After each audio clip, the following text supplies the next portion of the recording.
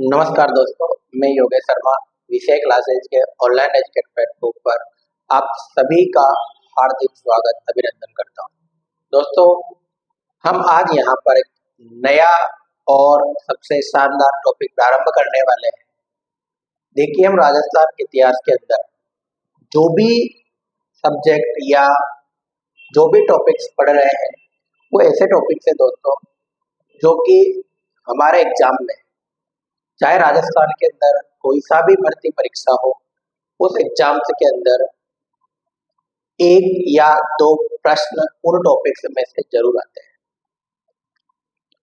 दोस्तों, हम बात करेंगे, आप लोगों को लगता होगा कि सर आप तो मध्यकालीन इतिहास तो पढ़ा ही नहीं रहे।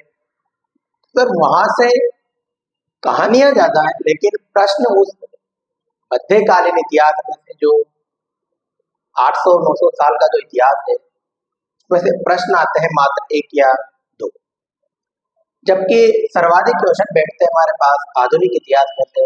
और उसी आधुनिक इतिहास के अंतर्गत दोस्तों हमने 1857 का जो विप्लव हुआ था उसमें राजस्थान के योगदान को अच्छे से पढ़ लिया है।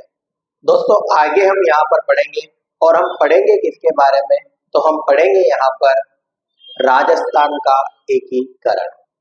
लाडलो, आज का जो हमारा टॉपिक होने वाला है वो है राजस्थान का एकीकरण। तो देखिएगा, सबसे पहले हमारे टॉपिक का नाम क्या है तो आप लोग समझ जाओगे, राजस्थान का एकीकरण। देखो, सुनने वाली बात ये है कि राजस्थान का जो एकीकरण हुआ था ये आप लोगों को या हमें जो वर्तमान में राजस्थान दिखता है, क्या लाडलो ये राजस्थान पहले वैसा ही था क्या? तो आपका जवाब आएगा सर नहीं, पहले ये अलग अलग रियासतों में बटा हुआ था, अलग अलग ठिकानों में बटा हुआ था। बूंद एक अलग रियासत थी, कोटा एक अलग रियासत थी, जयपुर एक अलग रियासत थी। अलग अलग रियासतों में राजस्थान क्या हुआ था, टुकड़ों में बटा हुआ था। फिर एकीकरण की क्यों दिक्कत आई? क्योंकि अंग्रेजों का शासन था, अंग्रेजों ने आजाद किया तो हमें अनुभूति हुई कि एक संघ के रूप में अगर हम रहेंगे तो हमारे पास ये चीजें यहाँ पर होगी। अब राजस्थान के एकीकरण को प्रारंभ करने वाले हैं, लेकिन उससे पहले मैं आपको कुछ महत्वपूर्ण जानकारियां बताऊंगा। लाडलो, कौन कौन सी महत्वपूर्ण जानकारियां हैं तो देखिएगा। सबसे पहली जानकारी, एकीकरण जो हुआ ना लाडलो, इस एकीकरण की योजना, एकीकरण की क्या याद लाडलो, योजना किसने बनाई थी और कब बनाई थी? Question number 1। एकीकरण राजस्थान का ही नहीं, पूरे भारत का एकीकरण जब करना हो तो इसकी योजना सबसे पहले राजपूताना या राजस्थान या इंडिया के अंदर जो है सबसे पहले किसने बनाई थी? तो ध्यान रखना, 1938-39 के अंदर लॉर्ड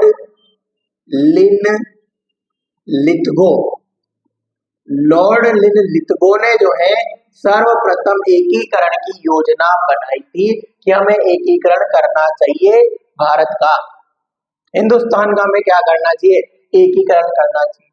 चलो साहब, योजना तो बन गई, लेकिन योजना बनाने के बाद तो 1938-39 में बनी। भारत आजाद कब होता है? तो भारत आजाद कब हुआ? 15 अगस्त 1947 को, आप सबको याद है। लेकिन दोस्तों, भारत को आजादी प्राप्त हुई 15 अगस्त 1947 को, लेकिन भारत को आजाद करने की जो घोषणा है वो कब की गई थी? तो वो की गई थी लाडलो फरवरी 1947 को, और वो भी तत्कालीन प्रधानमंत्री एटली के द्वारा यहाँ पर वो घोषणा की गई थी। तो ध्यान रखना कि भारत की स्वतंत्रता की घोषणा, कौन सा क्वेश्चन है लाडलो? भारत की, जो हिंदुस्तान है, इस हिंदुस्तान की स्वतंत्रता की घोषणा, क्या लाडलो? भारत की स्वतंत्रता की घोषणा कब की गई? तो कब की गई लाडलो? फरवरी 1947 में की गई थी। और तत्कालीन पीएम प्रधानमंत्री कौन थे? एटली के द्वारा भारत की स्वतंत्रता की क्या कर दी जाती है, यहाँ पर घोषणा की जाती है कि भारत को इस समय आजाद कर दिया जाएगा। ठीक है, अब जैसे ही घोषणा हुई तो घोषणा होने के बाद हमें एक बात देखने को मिलती है, और वो बात क्या होती है लाडलो, तो ध्यान रखिएगा कि जैसे ही स्वतंत्रता की घोषणा होती है, घोषणा होते ही हमारे पास सबसे पहली बात निकल कर आती है, और वो है लाडलो क्या, कि भारत में कौन से अधिनियम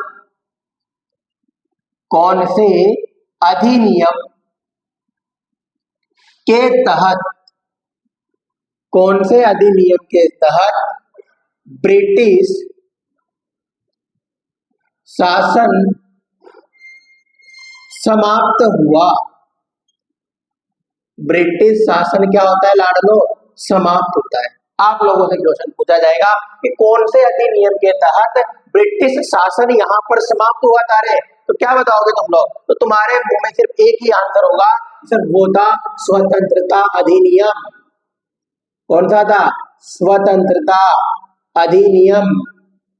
और कब बना, 1947, स्वतंत्रता अधिनियम 1947 की धारा 8, धारा भी ध्यान रखना, स्वतंत्रता अधिनियम 1947 की धारा 8 के तहत भारत जो हिंदुस्तान था, इसके ऊपर से ब्रिटिश शासन या ब्रिटिश प्रभुत्व जो है वो क्या हो जाता है लाडलो, यहाँ पर समाप्त हो जाता है।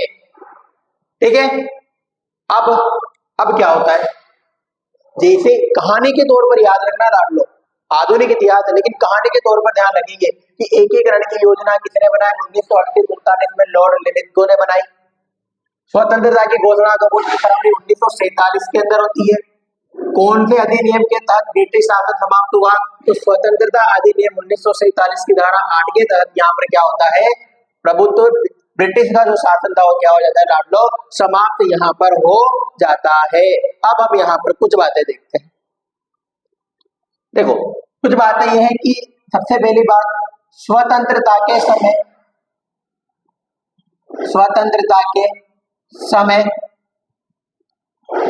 वायसराय कौन था, स्वतंत्रता के समय वायसराय कौन था, या आप लोग देख सकते हो लाडलो स्वतंत्रता के समय। अब देखो दो प्रकार के क्वेश्चन आपसे पूछे जाएंगे। पहला, स्वतंत्रता की जब घोषणा हुई थी, स्वतंत्रता की जब घोषणा हुई थी, इस घोषणा के समय जो वायसराय था वो वायसराय, स्वतंत्रता की घोषणा के समय वायसराय कौन था हमारे पास, तो वो था कौन, तो दोस्तों लॉर्ड बेवेल। कौन था, लॉर्ड बेवेल स्वतंत्रता की घोषणा के समय भारत का वायसराय था।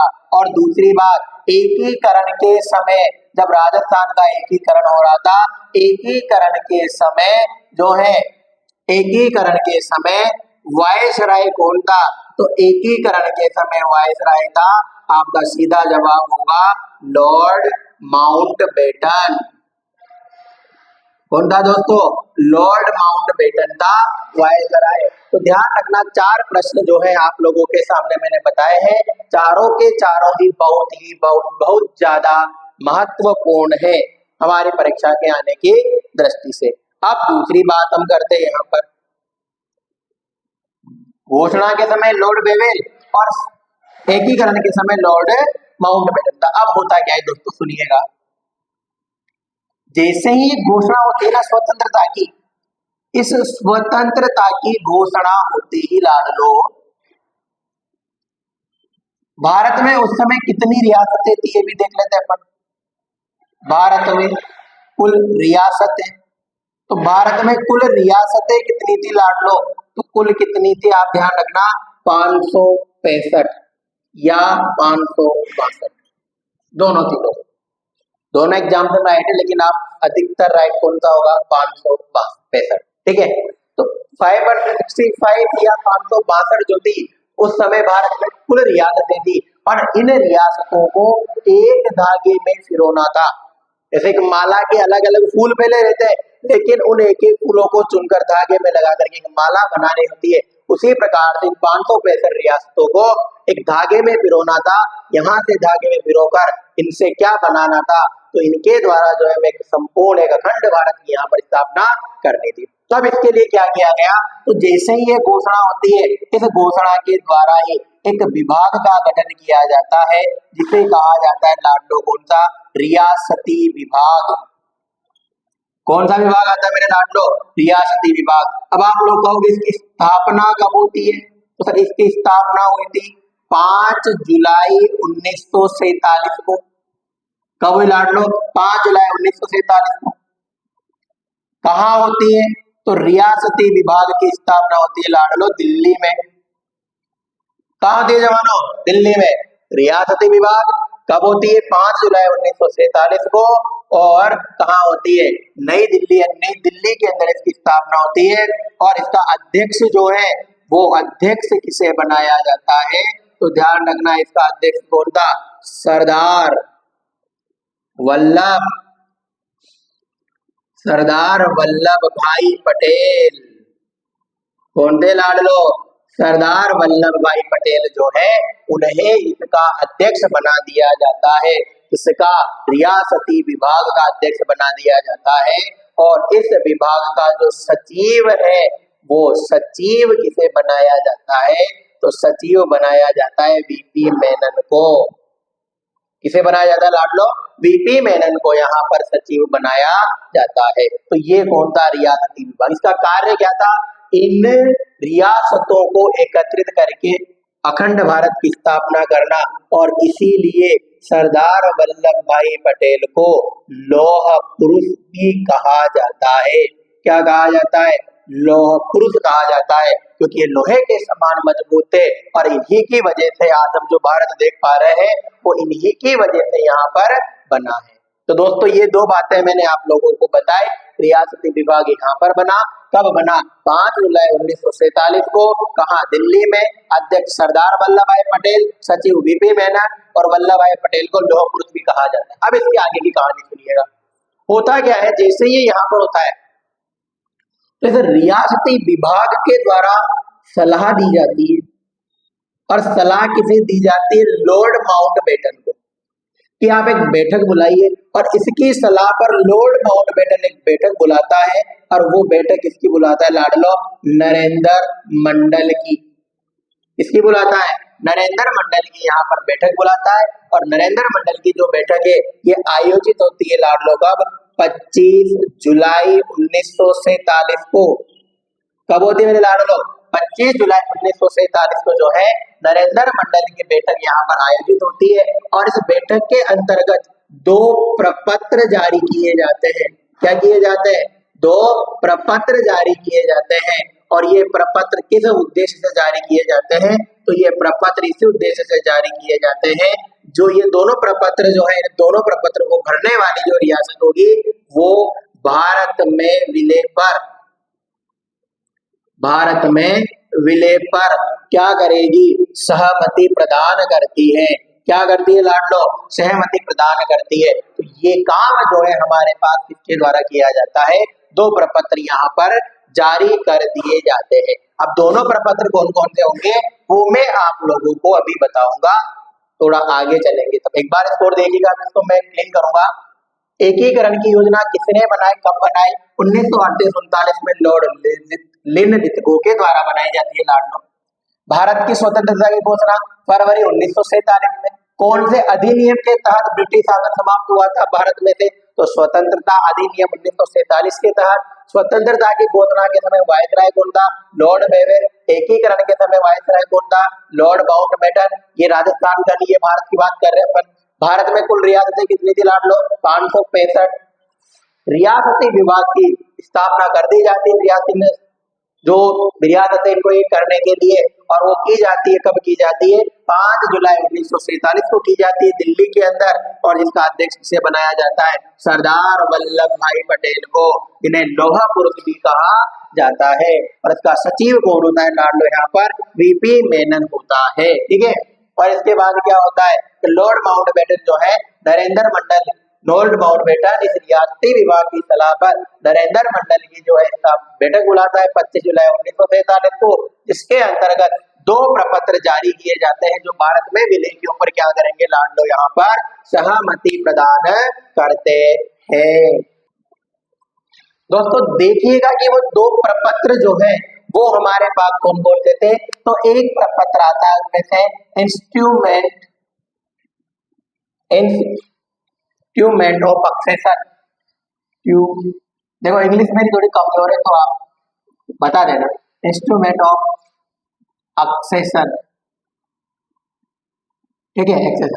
इंस्ट्रूमेंट ऑफ एक्सेशन जो है दोस्तों, ये एक प्रपत्र जारी किया जाता है, लेटर पैड जारी किया जाता है, जो क्या कहता है, ये कहता है कि इस प्रपत्र पर वो रियासतें हस्ताक्षर करे जो जिनको भारत में विलय पर, पहली बात तो कहां पर, भारत में विलय पर कोई आपत्ति नहीं हो, कोई आपत्ति यहाँ पर नहीं हो, वो रियासतें क्या कर सकती है, हस्ताक्षर कर सकती है। फिर दूसरी बात आएगी, तो सर कौन सी करे, और वो रियासतें तो करेंगी ही करेंगी जिनकी जनसंख्या 10 लाख से कम व वार्षिक आय, क्या लाड लो, वार्षिक आय जो है 1 करोड़ से क्या हो, कम हो, वो रियासतें तो इसी प्रपत्र पर क्या करेंगी, हस्ताक्षर करेंगी ही। क्यों करेंगी, क्योंकि उनकी वार्षिक आय 1 करोड़ से कम और जनसंख्या क्या है, 10 लाख से कम है, और दूसरी भारत में विलय पर उनको कोई आपत्ति नहीं होनी चाहिए। फिर सर और भी तो कर सकती है जिनकी जनसंख्या ज्यादा है, तो दूसरी बात कही गई कि वह रियासतें भी यहाँ पर हस्ताक्षर कर सकती हैं, वह रियासतें भी हस्ताक्षर कर सकती है जिनकी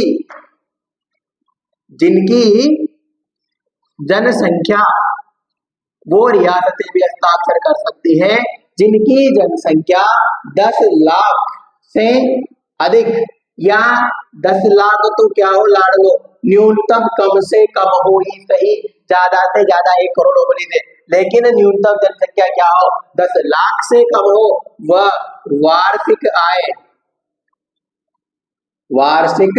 आय कितनी हो लाड़ लो, 1 करोड़ हो, वार्षिक आय कितनी हो, 1 करोड़ हो, वो भी हस्ताक्षर कर सकती है, लेकिन उनको भारत में विलय पर कोई भी आपत्ति नहीं होनी चाहिए, कोई भी दिक्कत यहाँ पर नहीं होनी चाहिए।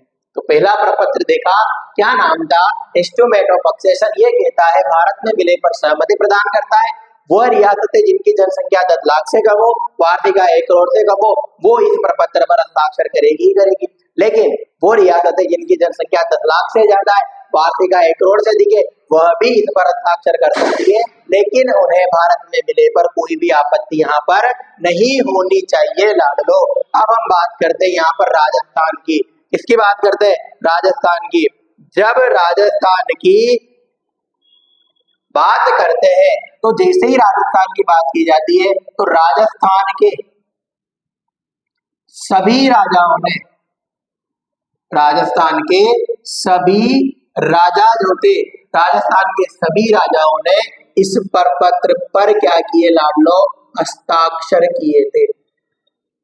किसने, राजस्थान के सभी राजाओं ने यहाँ पर इस प्रपत्र पर, इंस्ट्रूमेंट ऑफ सक्सेशन पर क्या किए थे लाडलो, हस्ताक्षर किए थे। चलो ये बात ठीक है, लेकिन राजस्थान का पहला राजा जिसने इस पर हस्ताक्षर किए थे वो कौन थे, बीकानेर के शार्दुल सिंह। बीकानेर के कौन थे लाडलो, शार्दुल सिंह जो थे, इसने हस्ताक्षर किए, और कब किए थे, 7 अगस्त 1947 को। कब किए थे लाडलो, 7 अगस्त 1947 को बीकानेर के शार्दुल सिंह ने यहाँ पर हस्ताक्षर किए। और सबसे अंतिम में जो हस्ताक्षर किए राजस्थान के राजाओं में, उनमें थे करौली, और करौली का व्यक्ति कौन था, उदयभान सिंह। कौन था, उदयभान सिंह, इन्होंने हस्ताक्षर किए, और कब किए थे, 14 अगस्त 1947 को। और भारत आजाद कब हुआ था, 15 अगस्त को। लास्ट मोमेंट में जाकर हस्ताक्षर करके सबको चौंका दिया था कि मैं स्वतंत्र नहीं रहूंगा, मैं भारत में ही मिलूंगा। तो ये आपको ध्यान रखना है इंस्ट्रूमेंट ऑफ सक्सेशन के बारे में। आगे सुनिएगा, दूसरा प्रपत्र कौन था, वो था दोस्तों स्टील एग्रीमेंट। क्या था दोस्तों? Stand steel agreement. अब ये क्या होता है? तो इसमें ये कहा गया ऐसी रियासतें जो स्वतंत्र रहना चाहती है, जो क्या करना चाहती है लाड लो, स्वतंत्र रहना चाहती है, अपना खुद का अस्तित्व रखना चाहती है कि हमारा भी खुद का कोई ना कोई अस्तित्व हो, वो रियासतें इस प्रपत्र पर क्या करें? हस्ताक्षर करें। लेकिन उनके लिए एक शर्त थी, एक आवश्यक शर्त थी। अब आप लोग कहोगे शर्त क्या थी सर? तो शर्त वो थी कि उनकी जनसंख्या 10 लाख तो न्यूनतम हो और वार्षिक आय जो है लाड लो वो वार्षिक आय 1 करोड़ से अधिक हो। 1 करोड़ से क्या हो? अधिक हो। ये रियासतें हमारे पास स्टैंड स्टिल एग्रीमेंट पर हस्ताक्षर कर सकती हैं और इन्हें स्वतंत्र रहने का मौका दिया जाएगा। ऐसी रियासतों को लाड लो कहा जाता था जीव राज्य। क्या कहा जाता था? जीव राज्य यहां पर कहा जाता था। फिर तो क्या हुआ सर? जीव राज्य कहा जाता तो हुआ ये कि राजस्थान में ऐसी कितनी रियासतें थी? तो राजस्थान में अगर आपसे जीव राज्य के बारे में पूछा जाए तो जीव राज्य कितने थे लाडलो? 4 थे। कितने थे जवानों? 4 थे। और 4 कौन कौन से थे? तो वो थे जयपुर, जोधपुर, बीकानेर और उदयपुर। तो 4 रियासतें थी जिनको भारत के अंदर हमारे पास जीव राज्य का दर्जा प्राप्त था राजस्थान में। तो लाडलो आई हो ये दोनों प्रपत्र आप लोगों के समझ में आए होंगे। देखो क्या समझ में आया होगा? इंस्ट्रूमेंट ऑफ सक्सेशन क्या था कि भारत में विलय पर कोई आपत्ति नहीं होगी, वो रियासतें करेंगी जिनकी जनसंख्या 10 लाख से कम, वार्षिक आय 1 करोड़ से कम है, वो तो ऑफिशियली जरूरी है कि इस पर ही हस्ताक्षर करेंगी। लेकिन ऐसी रियासतें जिनको जनसंख्या 10 लाख से कम 10 लाख है, वार्षिक आय 1 करोड़ से अधिक है, वो भी भारत में विलय पर उनको कोई आपत्ति नहीं है, तो वो भी यहाँ पर क्या कर सकती है लाडलो? हस्ताक्षर कर सकती है। चलो भाई यहाँ की बात ठीक है। तो राजस्थान के सभी राजा इस पर हस्ताक्षर करते हैं और पहला राजा कौन है? बीकानेर के शार्दुल सिंह और दूसरा अंतिम राजा कौन है?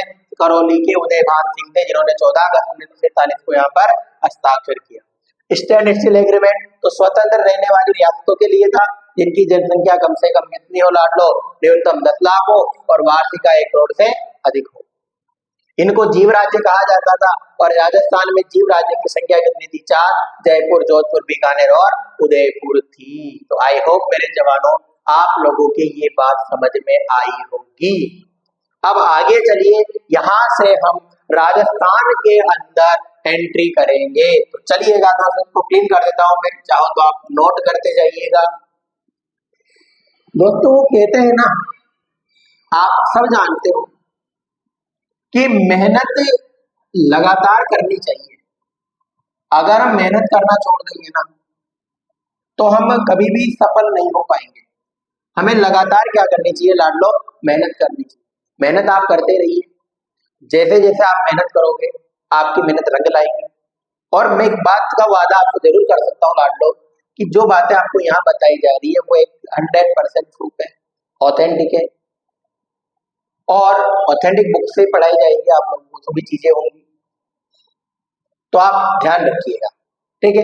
लगातार मेहनत करते रहिए, आप एक दिन जरूर सफल होंगे और आपके माता पिता आपकी सफलता का जरूर इंतजार कर रहे हैं दोस्तों। तो उनको सफलता प्राप्त करके ही उनके पास जाइएगा और गर्व से कहिएगा कि माँ तेरा बेटा सफल हो गया। तो दोस्तों इसी के साथ हम आगे बढ़ते हैं और आगे बढ़ते हम कहाँ पर? राजस्थान के अंदर आ जाते हैं।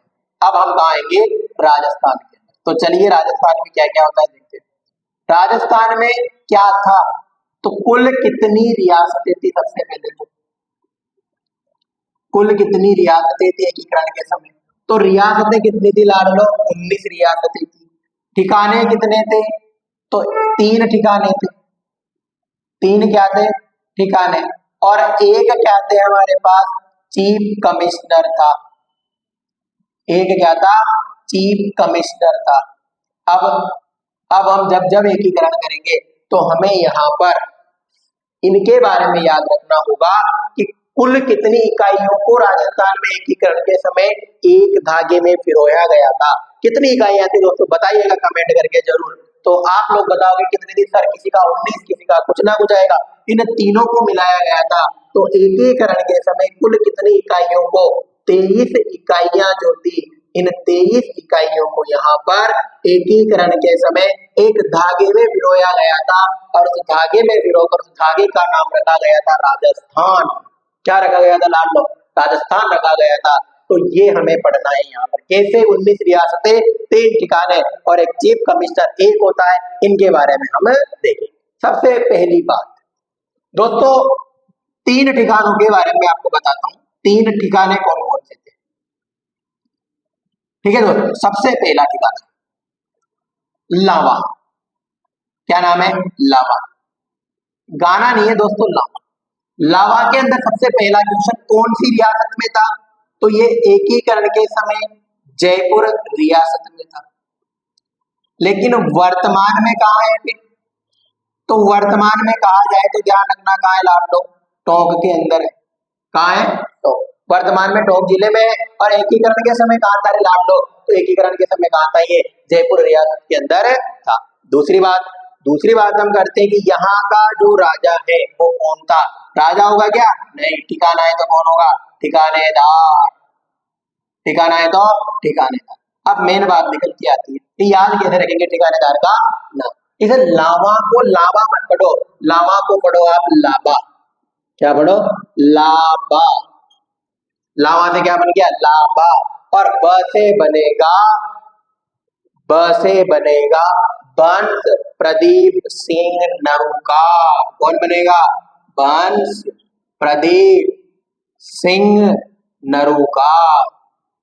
कौन बनेगा लाडलो, बंस प्रदीप सिंह नरूकार, ये यहाँ पर बनेगा। तो लावा का ठिकानेदार कौन था, बंस प्रदीप सिंह नरूकार था।